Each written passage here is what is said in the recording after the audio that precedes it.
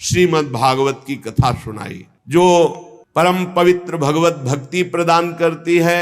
अगर मोक्ष चाहे तो मोक्ष प्रदान करती है, अगर सर्व पाप नाश चाहे तो सर्व पाप नाशिनी है। देवर्षि नारद जी जब 7 दिन पूरी कथा हुई तो हाथ जोड़कर कहा, हे भगवत स्वरूप सनक सनंदन सनातन सनत कुमार, आपने मुझे धन्य कर दिया भगवान की पावन चर्चा सुनाकर।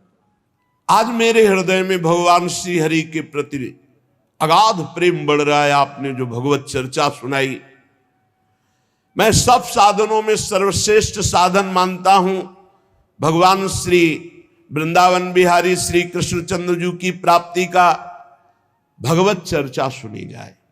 सूत जी कह रहे, नारद जी कथा समाप्त होने पर सनक सनंदन सनातन सनत कुमार की यूं स्तुति कर ही रहे थे कि देखा शोरगुल मच गया, पीछे से सब खड़े होने लगे। तो दृष्टि गई, कौन आ रहा है?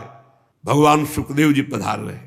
एक ऊंचा आसन विराजमान किया गया, उसमें श्री सुखदेव जी को लाके विराजमान किया। देवर्षि नारद आदि बड़े बड़े ऋषियों ने पूजन किया। जब सब सुख पूर्वक बैठ गए, भगवान श्री सुखदेव जी ने कहा, मेरी वाणी सुनिए। हे रसिक, हे भक्तजन, हे भावुकजन, ये श्रीमद् भागवत वेद रूप कल्प तरु का परिपक्व फल है और मुझ सुखदेव रूपी सुख के मुख का संयोग हुआ है। इसमें प्रेमामृत रस भरा हुआ है, रस ही रस है। इसमें न छिलका है न गुठली है। पियो, खूब पियो, अपनी श्रवणेंद्री से ये भगवत चर्चा रूपी महाअमृत रस का खूब पान करो, बार बार पान करो। इसकी रचना भगवान श्री कृष्ण द्वैपायन व्यासदेव जी ने की है। इसमें निष्काम परम धर्म का निरूपण है। इसमें बहुत जल्दी शुद्धंताकरण होकर सत्य वस्तु का बोध हो जाता है। जब कभी कोई पुण्यात्मा भगवत कृपा से इसके श्रवण का पूर्ण संयोग बनता है तो उसी समय भगवान निश्चय कर लेते हैं कि अब ये मुझे अधीन कर लेगा। श्रीमद् भागवत श्रवण मात्र से भगवान अधीनता स्वीकार कर लेते हैं। ये विशुद्ध ज्ञान का भी इसमें वर्णन है, भक्ति का भी वर्णन है, वैराग्य का भी वर्णन है। कोई श्रवण करे या कोई गायन करे और दोनों मनन करे तो निश्चित जीवन मुक्ति स्थिति श्रीमद् भागवत प्रदान कर देती है। ये रस केवल मृत्यु लोक में है, न स्वर्ग में है, न सत्य लोक में, न अन्य लोकों में। इसलिए खूब पान करो अपनी श्रवणेंद्री से इस भगवत रस का। सूत जी कहते, श्री सुखदेव जी महाराज ये कह ही रहे थे कि उसी समय और कोलाहल हो गया। जैसे श्री सुखदेव जी के आने पर कोलाहल हुआ था, सबकी दृष्टि गई तो देखा अपने पार्षदों के सहित बनमाली भगवान श्री कृष्ण मध्य में सभा के प्रकट हो गए। कोलाहल बंद ही नहीं हो रहा था। इतने में देखा तो भगवान महादेव जी उमा सहित, फिर देखा तो भगवान ब्रह्मा जी। अरे आनंद ही आनंद। अब तो कीर्तन आरंभ हुआ। पूजन के बाद भगवान बहुत प्रसन्न हुए और कहा, तुम सबकी हमारे प्रति जो प्रियता, हमारे लीला चरित्र के प्रति प्रियता और ये कीर्तन, इससे मैं तुम्हारे अधीन हो गया हूं। वरदान मांगो तुम सब, जिसकी जो इच्छा हो। भगवान के वचन सुनकर समस्त सभा बहुत प्रसन्न हुई। प्रेमार्ध चित्त से सबने हाथ जोड़कर कहा, भगवान हमारी यही प्रार्थना है कि भविष्य में जहां कहीं भी आपकी कथा हो, आपकी चर्चा हो, आप पार्षदों सहित अवश्य पधारें। भगवान भी वचन देते हैं, जहां भगवत चर्चा होगी भगवान विराजमान है। इसके पश्चात नारद जी ने भगवान तथा उनके पार्षदों को प्रणाम किया। फिर सुखदेव आदि तपस्वियों को नमस्कार किया। फिर जितने कथामृत पान करने के लिए सब लोग आए हुए थे, सबको शौनक जी ने पूछा, सूत जी, श्री सुखदेव जी ने राजा परीक्षित को भागवत कब सुनाई? आपने बताया गोकर्ण ने धुंधकारी को सुनाई तो कब, और सनकादि ने नारद जी को सुनाई तो कब? ये मेरी जानने की इच्छा है। सूत जी ने कहा, भगवान श्री कृष्ण के स्वधाम गमन के बाद कलयुग के 30 वर्ष बीत जाने पर भाद्रपद मास की शुक्ला नवमी को सुखदेव जी ने एक कथा आरंभ की, राजा परीक्षित को सुनाई। राजा परीक्षित के कथा सुनने के बाद कलयुग के 200 वर्ष बीत जाने पर आषाढ़ मास की शुक्ला नवमी को गोकर्ण जी ने धुंधकारी को कथा सुनाई। और कलयुग के 230 वर्ष निकल जाने के बाद कार्तिक शुक्ला नवमी को सनकादि ने ये कथा आनंद घाट हरिद्वार में सब ऋषियों के समक्ष सुनाई।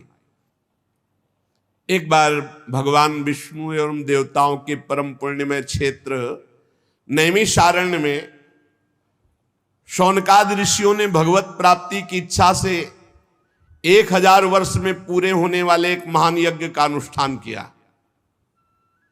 एक दिन उन लोगों ने प्रातःकाल अग्निहोत्रादि नित्य कृत्यों से निवृत्त होकर सूत जी का पूजन किया और उन्हें ऊंचे आसन पर बैठा कर बड़े आदर से प्रश्न किया। ये सूत जी उनके पुत्र उग्रश्रवा हैं। पहले वाले सूत जी का नाम रोमहर्षण था, तो महाभारत प्रसंग में उसके बाद इसकी रचना हुई, तो अब इसके प्रवक्ता हैं उग्रश्रवा। सूत जी के पुत्र सूत जी ही हुए, और रोमहर्षण जी को तो बलराम जी ने कृपा करके परम पद पहुंचा दिया था।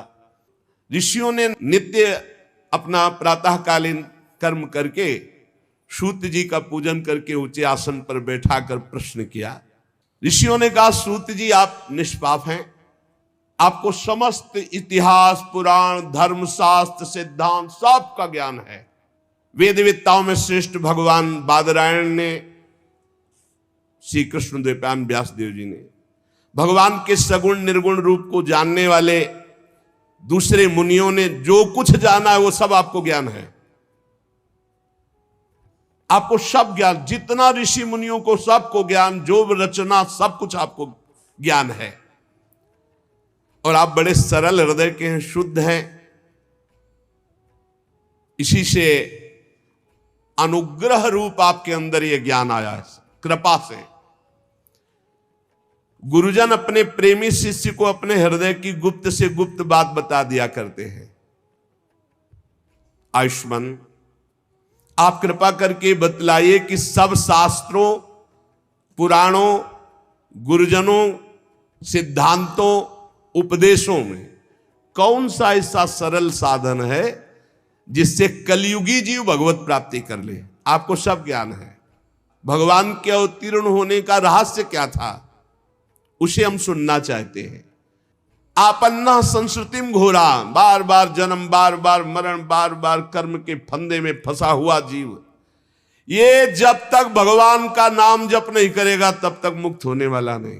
बस नोट कर लो दिमाग में बात। श्री व्यास जी कहते हैं, शौनकादि ब्रह्मवादी ऋषियों के ये प्रश्न करने पर रोमहर्षण के पुत्र उग्रश्रवा को बड़ा ही आनंद हुआ। उन्होंने ऋषियों के इस मंगल में प्रश्न का अभिनंदन करते हुए उग्रश्रवा सूत जी बोले।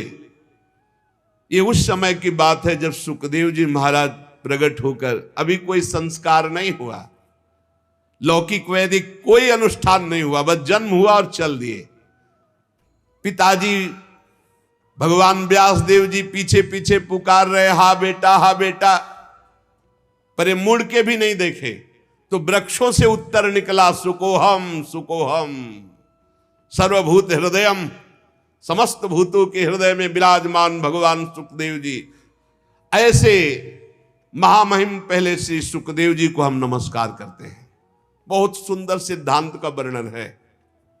महापुरुषों की, संत महापुरुषों की सानिध्य में हम अपने सौभाग्य का अनुभव करते हैं तो उनकी बातें सुनने में हमें रुचि हो जाती है।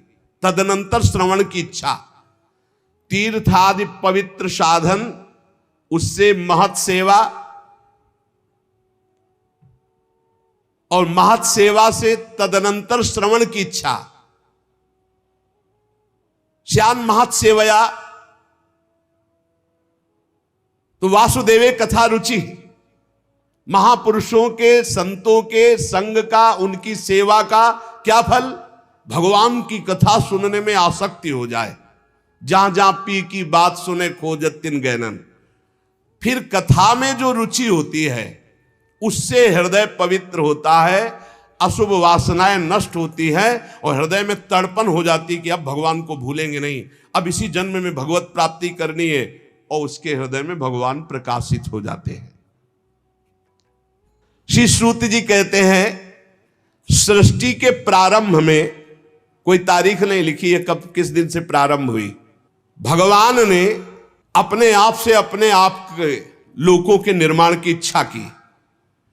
जो ही इच्छा हुई 10 इंद्रियां, 1 मन, 5 भूत, ये 16 कलाएं प्रकट हो गई।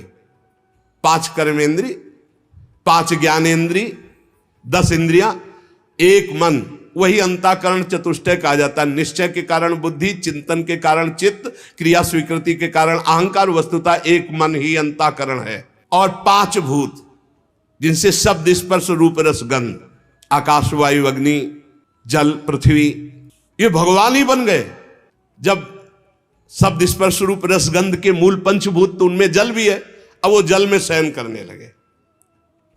योग निद्रा का विस्तार कर लिया। कुछ समय बाद उनकी नाभि से वही इच्छा जो मैं बहुत रूपों में हूं, वो एक कमल बनकर के प्रकट हुई। और उस कमल में जो प्रकट हुए प्रजापतियों के अधिपति भगवान ब्रह्मा जी प्रकट हुए। चारों तरफ देखा 4 मुख, और उन्होंने दिव्य दृष्टि से ब्रह्मा जी के पास जो थी देखना शुरू किया कि मैं कौन, कहां, कैसे कैसे आ गया, मैं कौन हूं। भगवान से बड़ी प्रार्थना की। भगवान के उस विराट रूप अंग प्रत्यंग में ही समस्त लोकों की कल्पना हुई। समस्त लोग भगवान में ही विराजमान है। हजारों सिर, हजारों कान, हजारों आंखें, हजारों नासिका, हजारों मुकुट, वस्त्र, कुंडल, आभूषण, सब यही भगवान का विराट रूप है। इसी से अनेक अवतारों का प्रादुर्भाव होता है। ये छोटे छोटे अंश से देवता, पशु, पक्षी, मनुष्य आदि योनियों की सृष्टि, ये सब इसी से विराट पुरुष से हुई है।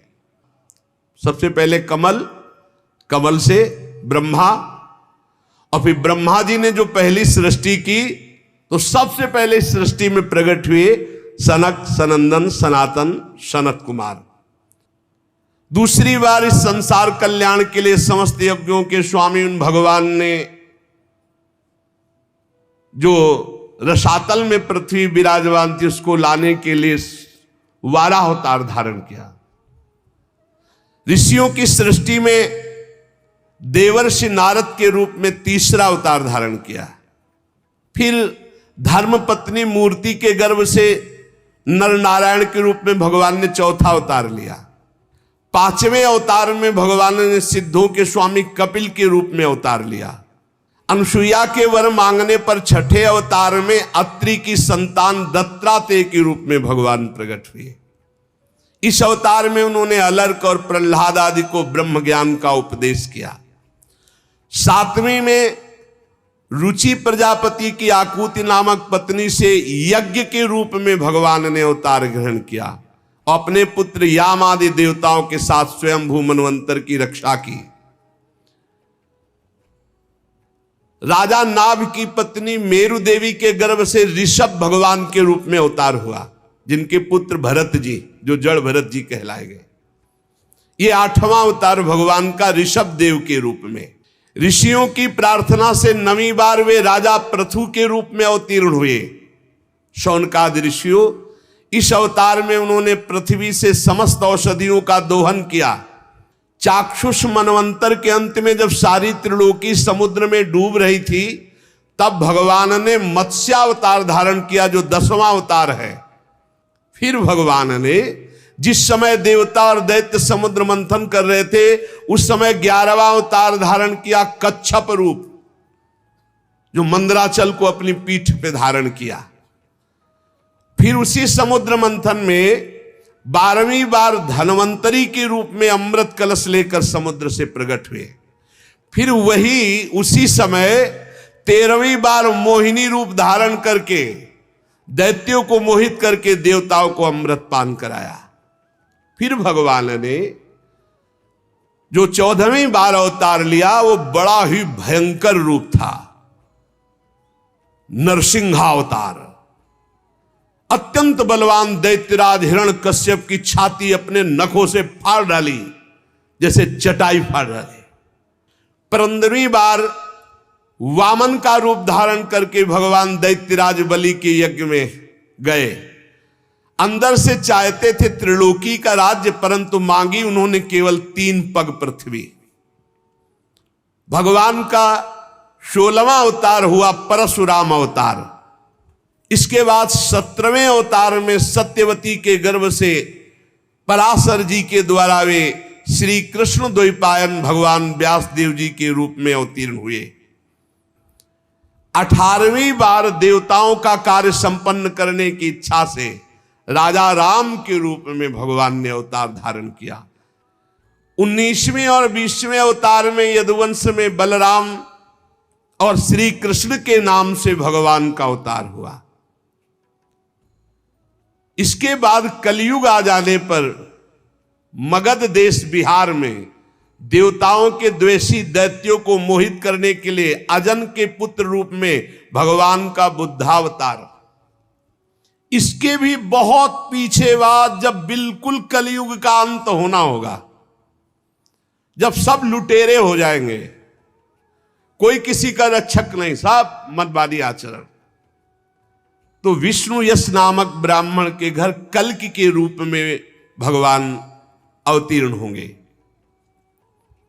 यहां 22 अवतारों की गणना की गई, परंतु भगवान के 24 अवतार प्रसिद्ध हैं। कुछ विद्वान 24 की संख्या यूं पूर्ण करते हैं। रामकृष्ण के अतिरिक्त 20 अवतार तो उपयुक्त हैं ही, शेष 4 अवतार भगवान श्री कृष्ण के ही अंश हैं। स्वयं श्री कृष्ण तो पूर्ण परमेश्वर है, वे अवतार नहीं अवतारी हैं। अतः श्री कृष्ण को अवतारों की गणना में नहीं गिनते। उनके 4 अंश, एक तो केश का अवतार, दूसरा सुतपा तथा प्रश्नि पर कृपा करने वाला अवतार, तीसरा संकर्षण और चौथा परब्रह्म। इन चारों अवतारों से विशिष्ट 5वें साक्षात भगवान वासुदेव। दूसरे विद्वान ऐसा मानते हैं कि 22 अवतार तो प्रयुक्त हैं। इनके अतिरिक्त 2 अवतार और हैं, हंसावतार और हयग्रीव अवतार। ऐसे भगवान के 24 अवतार होते हैं। शौनकादि ऋषियों, जैसे अगाध सरोवर से हजारों छोटे छोटे धाराएं निकलती है, वैसे ही भगवान श्री हरि के असंख्य अवतार और होते हैं, जिनका वर्णन नहीं, असंख्य। वो अपने भक्त के लिए कभी कोई अवतार धारण कर सकते हैं। जैसे द्रौपदी के लिए चीर अवतार धारण किया, कहां लिखा है? द्रौपदी के लिए चीर अवतार तो 24 में थोड़ी है। बोले असंख्य अवतार, जब जरूरत पड़े भक्त के लिए तब वो तुरंत अवतार धारण करते हैं, अंतर ध्यान हो जाते हैं। इस आकार आदि से अलग भगवान का एक सूक्ष्म रूप है। न देखने में आता है, न सुनने में आता है, न पकड़ में आता है। सूक्ष्म स्वरूप, उसी को आत्मा कहा गया है। और वही जब शरीराभिमान से युक्त हो जाता है तो उसी को जीव कहते हैं। और उसी शरीराभिमानी का बार बार जन्म मरण होता है। और है कौन? वही है, वही है। बस ये बात समझना है। भगवत स्वरूप होकर भगवत लीला में जाया जाता है। भगवान का एक सूक्ष्म अव्यक्त रूप है, जिसका आकार आदि नहीं है, न देखने में आता है, न सुनने में आता है। वो बड़ा सूक्ष्म है। तो क्या कहते हैं उसको? बोले आत्मा। और जब वही आत्मा अपने स्वरूप को भूलकर देह भाव में आ जाती तो उसे कहते हैं जीव।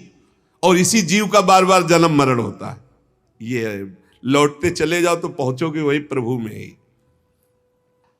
अब जिस अवस्था में गुरु प्रताप से आत्मस्वरूप का बोध हो जाए, शरीर से मैंपन हट जाए, उसी समय जीवन मुक्त ब्रह्म स्वरूप तत्वज्ञानी लोग इस रहस्य को जानते हैं। ये बुद्धि परमेश्वर की साक्षात माया है, बुद्धि तुम्हारी। ये जीव इसी बुद्धि में आसक्त होकर दुर्गति को प्राप्त हो रहा। जैसा निर्णय बुद्धि करती वैसे ही वो करता है, इसलिए बंधता चला जाता है। और जीव है कौन? बोले परमानंद में साक्षात परमात्मा। उसी समय जीव परमानंदमय स्वरूप को प्राप्त हो जाता है, जिस समय बुद्धि से अपना संबंध हटा देता है। भगवत लीला गायन, भगवत नाम जप, इससे आप भगवान की कृपा का अनुभव करेंगे। तब आप समझ पाएंगे कि भगवान की करामात क्या है। ये करामात बड़ा भारी जादूगर, अपने आप में सब जादू। दो बातें तो जीवन बना लो, या हम भगवत चर्चा कर रहे हैं या सुन रहे हैं या नाम जप कर रहे हैं। बाहरी शरीर से जो भी क्रियाएं, नौकरी, व्यापार, किसानी, सब भगवत गुणगान, भगवान नाम जप, सीधे भगवत प्राप्ति। ने तो बड़ा भारी जादू फैला है।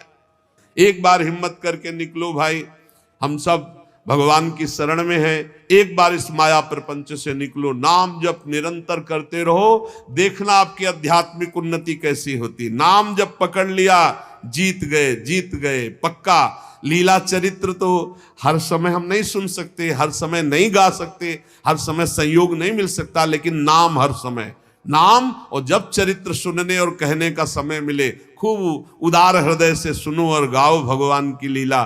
तव कथा अमृतम तप्त जीवन। बोले वो नैमी सारण में सुन रहे, वो हरिद्वार में सुन रहे, ये सब भगवान के रचित तीर्थ है। नैमी सारण तीर्थ जानते हो क्यों? सुदर्शन चक्र के प्रभाव से। और यहां स्वयं भगवान लीलारत थे, है और आगे रत रहेंगे। प्रिया प्रीतम का घर है ये, बस ट्रांसफर हो गया, शरीर ये छूटा और निकुंज की पोशाक मिलेगी। चल सखी प्रियाजू के पास। निरंतर नाम जप करो और जितना बन सके उतना परोपकार करो, दूसरों का हित करो, बड़ा आनंद रहेगा। शेष चर्चा आगे। श्री राधा वल्लभ लाल की जय।